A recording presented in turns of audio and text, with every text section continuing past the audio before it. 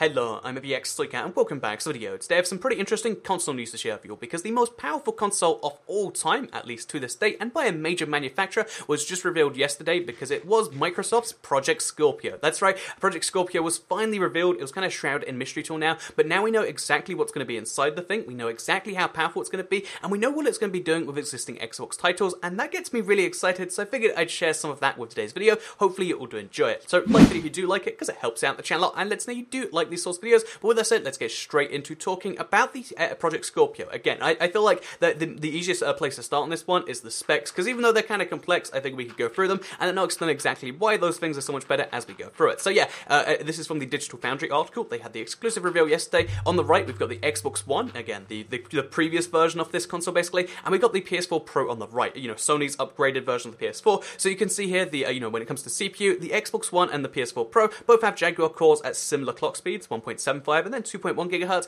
The Project Scorpio has a more powerful custom x86 CPU at 2.3 GHz, which is a pretty big deal. That's not only a higher clock speed, but a more powerful, you know, thing per core, which means a lot more CPU power. But it doesn't just stop there, because they also have, you know, more GPU power. As you can see, 12 GCN units on the Xbox One, 36 on the PS4 Pro, and then there's 40 on the Project Scorpio. So that's and they're also clocked a lot higher on the Project Scorpio. So you got to bear in mind that means even more GPU power, which is the thing driving the games themselves too. And then memory, you can obviously see 12 gigabytes of GDDR5, which is very positive stuff. There is then 326 gigabytes per second of memory bandwidth. This is how much memory can go, you know, this is how much like actual stuff can go from the memory, the RAM, the high speed, you know, memory in the console to the CPU and back and forth, so they can do calculations per second, and it's a lot higher than both the Xbox One and the PS4 Pro. Everything else is the same, but now let's talk about what that means in case you're like, Toycat, why did you say all those words? What's a GPU? What's a CPU? Why are these things a good deal? So yeah, basically the easy thing you need to take in mind from this is that these are good things. This is a more powerful console than we have seen ever before. Even with the PS4 Pro, the Pro revision of the PS4, you can see it gets really destroyed by the Project Scorpio, and the reason for that is this is intended to be Microsoft's high-end option as a console. It's kind of like the Xbox 1.5, if you will, you know, the 0.5 in this generation,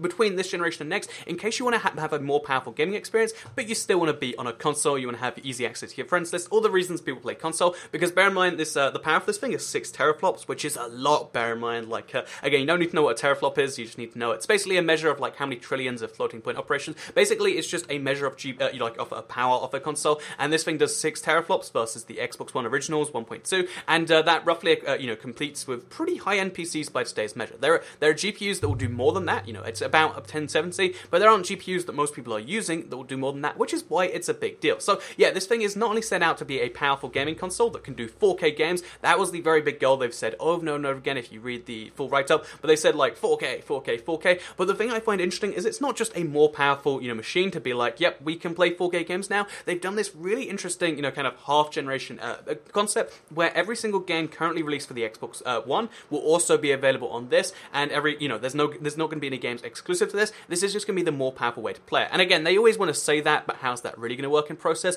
But if you know it's that hardware, it's all customized from before. The reason all the hardware for this is customized compared to all the other consoles is because they wanted to make sure that it could very specifically take any Xbox One existing game and just scale it up to 4K and run it. As long as the game is running at more than 900p already, which is, again, most Xbox One games, it will be able to scale up to 4K at the same frame rate. This means that all of the library of, you know, games that came out previously are now going to be scalable in 4K, which is a really interesting thing, because if you have a games library like me from like, you know, 2013 onwards, you'll be able to play those games and then see them in 4K now onwards if you cook this up to a 4K TV. But even better than that, in my opinion, is the fact that beyond just being like, okay, this does 4K, and it does 4K across our existing library, which again, it's something which is already kind of a big deal in my opinion. They've also done something kind of exciting where they've made it so if you're playing on not a 4K display, it can still improve all those games by doing, it's a very complex technical term, I don't even entirely understand it, but they can scale it down to 1080p in a much higher quality way, and essentially give you 4K on your 1080p screen. It's not exactly how that works, but that's it. It's essentially the gist of it. You get a much higher quality 1080p, which means that this is a console worth getting even if you don't want 4K, which again, kind of an exciting thing there. But let's talk about the one final thing I'd like to show off before we talk about the Minecraft elements here, is the fact that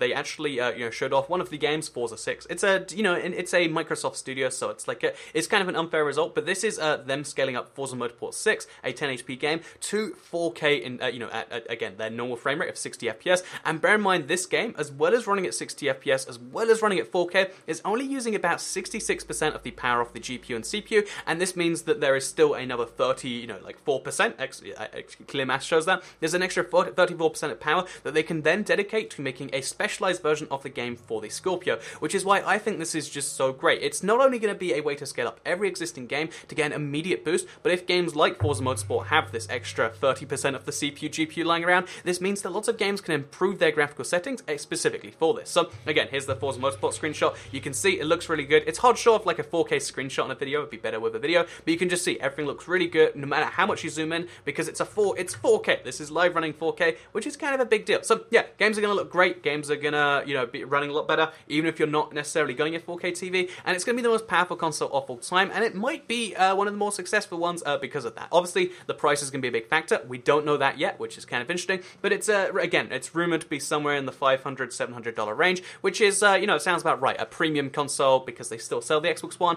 they'll probably drop the price down of that, increase the price of this, and that about averages out, right? So yeah, Project Scorpio, looking pretty great in my opinion. So just because, this is Minecraft we talk about on the channel, let's talk about what this means for Minecraft, and what I think would be the ultimate edition of Minecraft, because the Project Scorpio is, actually, again, it's going to be the most powerful console, and bear in mind, the Xbox One currently has a version of Minecraft. It runs at 1080p, 60 FPS, with a pretty decent render distance. It's like 18 chunks right now, so bear in mind, for the Project Scorpio, being able to go up to 4K is going to take not really that much extra processing power. So I wonder what extra improvements they'll make to the game, because presumably, Microsoft makes Minecraft, Microsoft makes the Scorpio, they'll want to have this super version of it, or at least some improved version, which means they'll presumably be making some changes, like, have some extra render distance, have some extra this. We don't know for certain if they will, of course, but at the very least, there's going to be a 4K version of Minecraft on consoles. Not that you really need the extra pixels for Minecraft, but it's going to be a thing, and presumably, because Microsoft makes the Scorpio and Microsoft makes Minecraft, fun fact, they're going to want to make a version of this for this, which would be the ultimate version of Minecraft on console, because they could have,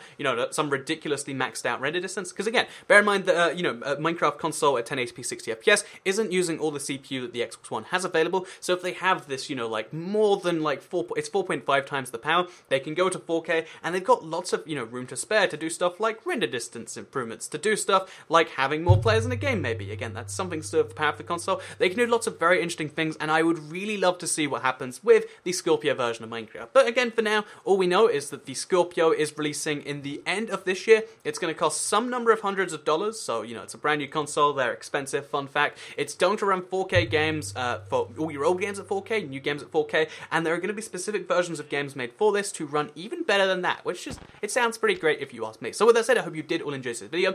Let me know what you think of the Project Scorpio. Are you excited, or is this just me? Because again, I know it's going to be like an expensive thing, but I'd love to, it's going to be really interesting to have a 4K console out there, and I want to see how it performs. But for now, it looks exciting, and now you should be excited, maybe. So I hope you did all enjoy this video. Like if you liked it, share if you really liked it, and subscribe if you're new around here, because I make videos like this one every single day on my channel, and if you subscribe, you'll see them daily on your homepage. Thank you all very much for watching, and I'll see you in the next video. Goodbye.